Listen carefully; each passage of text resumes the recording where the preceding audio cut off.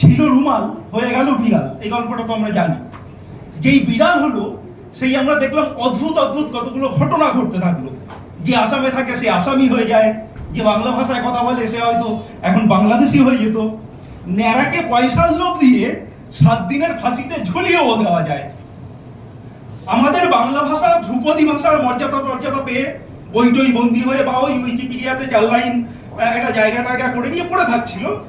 আমরা মাঝে মাঝে ওই ইন্টারনেট থেকে 2-1 লাইন কপি করে উই আর প্রাউড বেঙ্গলি লিখে নিজের প্রেমিকাকে অথবা হোয়াটসঅ্যাপে বিন্দাস স্ট্যাটাস দিয়ে দিতুম। ওমা, কল্যাণী ইউনিভার্সিটি সজোরে থাপ্পড় কষিয়ে বলছে বিন্দাস, এ আবার কিরকম শব্দ, এ তো বাংলা নয়, মানে এটা বাংলা নয়, ওটা বাংলা নয়, এ তো মহাঝঞ্ঝাট। প্রাউড বেঙ্গলি বলতে গেলে যদি বাংলা ভাষার চর্চা করতে হয় সে তো মহাবেদনাদায়ক, এ তো মহাঝঞ্ঝাট, এ তো প্রায় 12 মাস লেগে যাবে, 12 বছর লেগে যাবে। ইনস্টার রিলে 12 সেকেন্ডে Gaza to America via Ukraine ঘুরে চলে আসছি। তারপরে আবার 42 টাকা, এই 42 লাখ টাকার, 42 টাকায় কিছু হয় না, মধ্যম গ্রামে 42 লাখ টাকার ফ্ল্যাটের বিজ্ঞাপন দেখছি।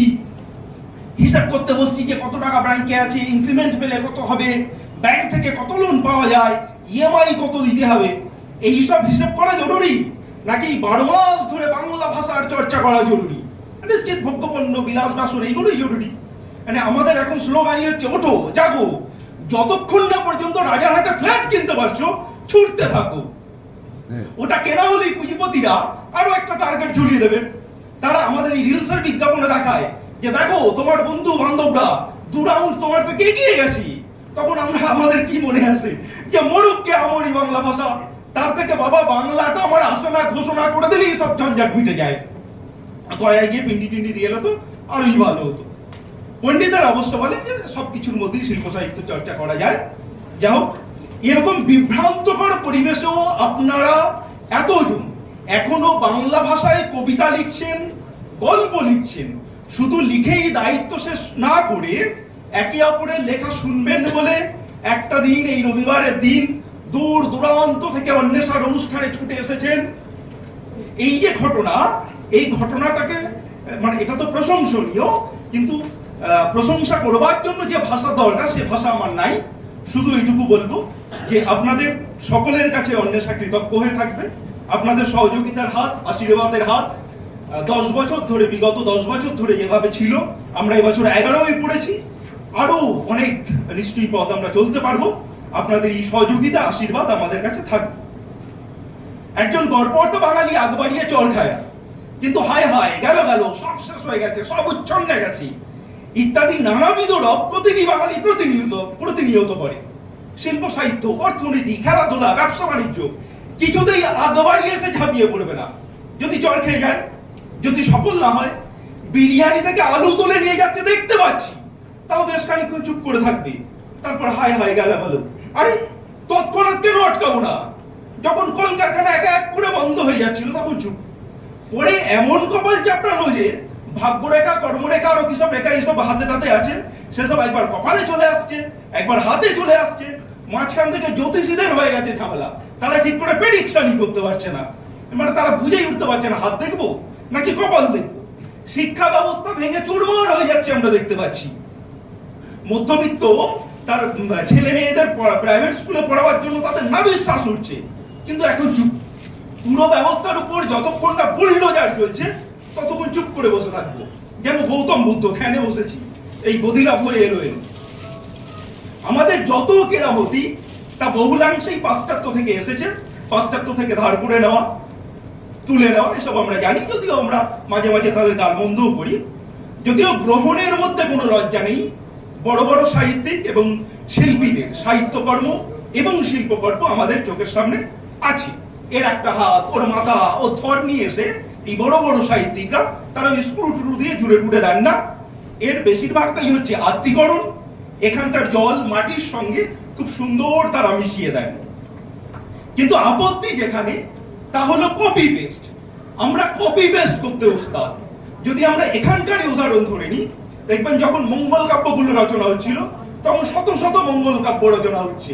আরে সেই 16-17 শতকে ফ্রান্স, ইতালি, ইংল্যান্ডে গদ্যের চর্চা হচ্ছে, আর আমাদের এখানে গদ্যের চর্চা হচ্ছে 19 শতকে।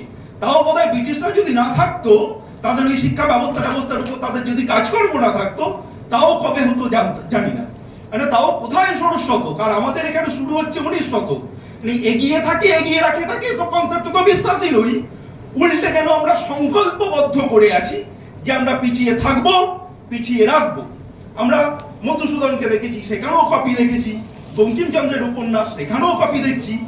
মানে যেখানে যেখানে বাংলা সাহিত্যের আলোড়ন ফেলেছে, মানে একটা নতুন দিশা দেখিয়েছে, সেটাও সেই বাইরে থেকেই নেওয়া।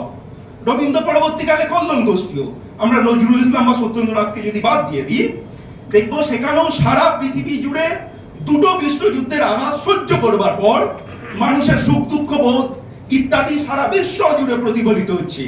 এখানেও সেই একই সুর তাদের হাত ধরে এলো। আন্তর্জাতিক অনুপ্রেরণা আসা মোটেই খারাপ ব্যাপার নয়, কিন্তু বারে বারে এই প্রশ্ন ঘুরে ঘুরে আসে যে সমস্ত অনুপ্রেরণা কেন বাইরে থেকে আসবে? আমরা কি কেবল হাত পেতেই থাকবো? আমরা কি শুধু নেব? আমাদের কি দেবার কিচ্ছু নেই? এবং কল্লোল গোষ্ঠীকে নিয়ে যে দুর্বোধ্যতার অভিযোগ উঠেছিল, সেখানে তো এই কৃত্রিমতার লক্ষণই সেখানে পরিস্ফুট। মানে ব্যাপারটা যা দাঁড়িয়েছিল যে তাকে আমরা না পারি বলতে মৌমাছি, না পারি বলতে প্রজাপতি, একটা কিংবদন্তি জিনিস দাঁড়িয়েছিল। এবং আরো একটি প্রশ্ন, যে আমাদের শিল্পীদের চোখ সবসময় পরে খোলে কেন, আগে খোলে না কেন? এবার স্ট্রিট পোয়েট্রি, যেটা এই সংখ্যায় বা বেশ কিছুদিন ধরেই আমরা একটা মুভমেন্ট করছি, এই স্ট্রিট পোয়েট্রির একটা উদ্দেশ্য আছে, আপনারা জানেন। অবশ্য বিদ্যে বোঝায় বাবু মশাই যারা, তারা বলবেন যে যদি কোনো উদ্দেশ্য নিয়ে কিছু সৃষ্টি হয়, তাহলে সেটা বিজ্ঞাপন হয়, শিল্প হয় না। তাদের জ্ঞাতার্থেই জানাই, উদ্দেশ্য ছিল বলি আদিম মানুষেরা হাতিয়ার আবিষ্কার করেছিল বা তৈরি করেছিল। সেই হাতিয়ারকে নিপুণ করে তোলার মধ্য দিয়েই মানুষ শিল্পের দিকে প্রথম যাত্রা করে। তারপর ভাস্কর্য বা গুহার দেয়ালে যে চিত্রশিল্প ফুটে উঠেছিল, সেই ভাস্কর্য বা চিত্রশিল্পও ছিল কিন্তু প্রথম পশু। অনেকেই এ মত ব্যক্ত করেছেন যে এই ভাস্কর্য বা চিত্রকলা এতটা রিয়েল হতো না যদি সেই চিত্রশিল্পী বা ভাস্কর শিল্পী তারা নিজেরা এই শিকারের সঙ্গে যুক্ত থাকতো। অর্থাৎ এখানে তাদের অভিজ্ঞতার ছাপ স্পষ্ট দেখা যাচ্ছে। যতদিন যাবে আমি বিশ্বাস করি যে আমাদের এই যে স্ট্রিট পোয়েট্রি মুভমেন্টটা চলছে, এই স্ট্রিট পোয়েট্রির যে সংখ্যা, সেখানে এই রিয়েল ঘটনা নিয়েই গল্প বা কবিতা আমরা বেশি বেশি করে পাবো। স্ট্রিট পোয়েট্রি বা প্রান্তিক মানুষদের নিয়ে এই যে লেখালেখি, সেটা বাংলা সাহিত্যে নিশ্চয়ই আগে হয়েছে এবং বিশ্বেও হয়েছে, কিন্তু বর্তমান পরিস্থিতিতে এখন আরো বেশি বেশি করে দরকার। আমাদের অন্বেষা স্ট্রিট পোয়েট্রি নিয়ে এই মুভমেন্ট আরো বেশি বেশি করে ছড়িয়ে পড়া দরকার। যদিও জানি আমাদের বাংলার কোনো মিডিয়া এর প্রচারের দায়িত্ব নেবে না, কিন্তু আমাদের ভালো লেগেছে যে কয়েকটি আন্তর্জাতিক নিউজ পোর্টাল আমাদের এই মুভমেন্ট নিয়ে, আমাদের এই প্রোগ্রাম নিয়ে তারা একটু খোঁজ খবর রেখেছে। বই পড়ার কোনো বিকল্প নেই, আমরা জানি। জীবন মানে যে জি বাংলাও নয় এবং 12 সেকেন্ডের রিলও নয়, এটাও আমরা জানি।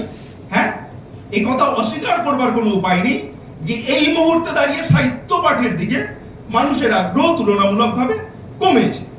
তবু চুপ করে বসে থাকলে তো চলবে না। সৈয়দ মুস্তাফা আলীকে একটু কোট করে বলি, যে হৃদয়ে বেয়ারা দুর্যোধন বাস করে, সেই হৃদয়ে কিন্তু আবার গীতা পাঠও হয়। তাই ছিচকালুনের মতো না কেঁদে একের পর এক প্রচেষ্টা অন্বেষা করে চলেছে, একের পর এক পরীক্ষা নিরীক্ষা করে চলেছে, নানা ধরনের প্রকল্প নিয়ে এসছে এবং আরো অনেক প্রকল্প আমরা নিয়ে আসছি।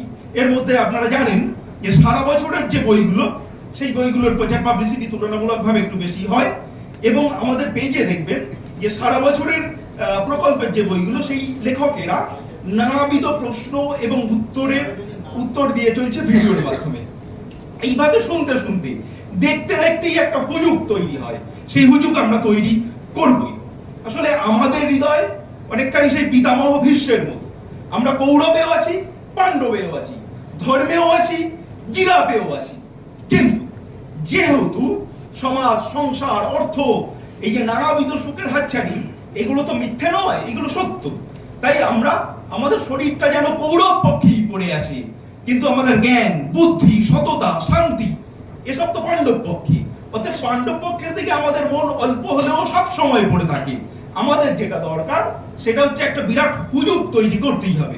আর বাঙালি যেখানে হুজুগ সেখানে ভিড় করে। হ্যাঁ, এখন অনেকেই প্রশ্ন করতে পারেন যে এইসব হুজুগে পড়ে কি যে বই পড়ার মতো যে একটা বুদ্ধিমত্তার যে জায়গা বা বই পড়ার যে নেশা, সেটা কি হুজুগে তৈরি করা যায় বা তৈরি করা উচিত? আমরা মনে করি ওই মরা করতে করতেই একদিন রাম রাম রাম রাম বলতে শুরু করবে। যারা প্রিন্টেড বই পড়তে পারছে না তাদের জন্য আমাদের ডিজিটাল মাধ্যম রয়েছে, ডট ম্যাক্রো অন্বেষা। আজকে একটা বই প্রকাশ হলো, এর আগেও বেশ কয়েকটি বই রয়েছে। লেখকদের জনপ্রিয় করবার জন্য এই ডট ম্যাক্রো অন্বেষা একটা উত্তম মাধ্যম হয়ে উঠেছে, যার জন্য আমরা দেখতে পাচ্ছি কি এখানে এই ডট ম্যাক্রো অন্বেষায় প্রতি মাসে একটা গবেষণা ধর্মী আমাদের লেখা বেরোয়। আমাদের যারা অন্বেষা পরিবারের সদস্য আছেন তারা এটার সঙ্গে যুক্ত আছেন, তারা প্রতি মাসে গবেষণা ধর্মী লেখা লিখছেন। এর ফলে কি হচ্ছে, এবং সেই লেখাগুলো আমরা বিনামূল্যে পাঠকের কাছে পৌঁছে দিই। এর ফলে যেটা হচ্ছে যে যখন সেই লেখকের একটা বইমেলার সময় বা অন্য সময় মার্কেটে আসছে, তার আগেই পাঠকের সামনে বা অনেকগুলো পাঠকের কাছে অলরেডি আমরা এই লেখককে পৌঁছে দিতে পারছি, অর্থাৎ একটা পাঠক আমরা তৈরি করে ফেলতে পারছি। যারা অন্বেষা পরিবারের সদস্য তারা এইটাকে খুব মন দিয়ে করছে। আমাদের আজকেও ওই সদস্য পদের যে রেজিস্ট্রেশন ইত্যাদি সেগুলো চলছে, আপনারা যদি চান ওই টেবিলে আসে আপনারা একটু যোগাযোগও করে নিতে পারেন। থ্যাংক ইউ, খুব ভালো থাকবেন, লেখালেখি চলুন, আবার দেখা হবে পরের অনুষ্ঠানে।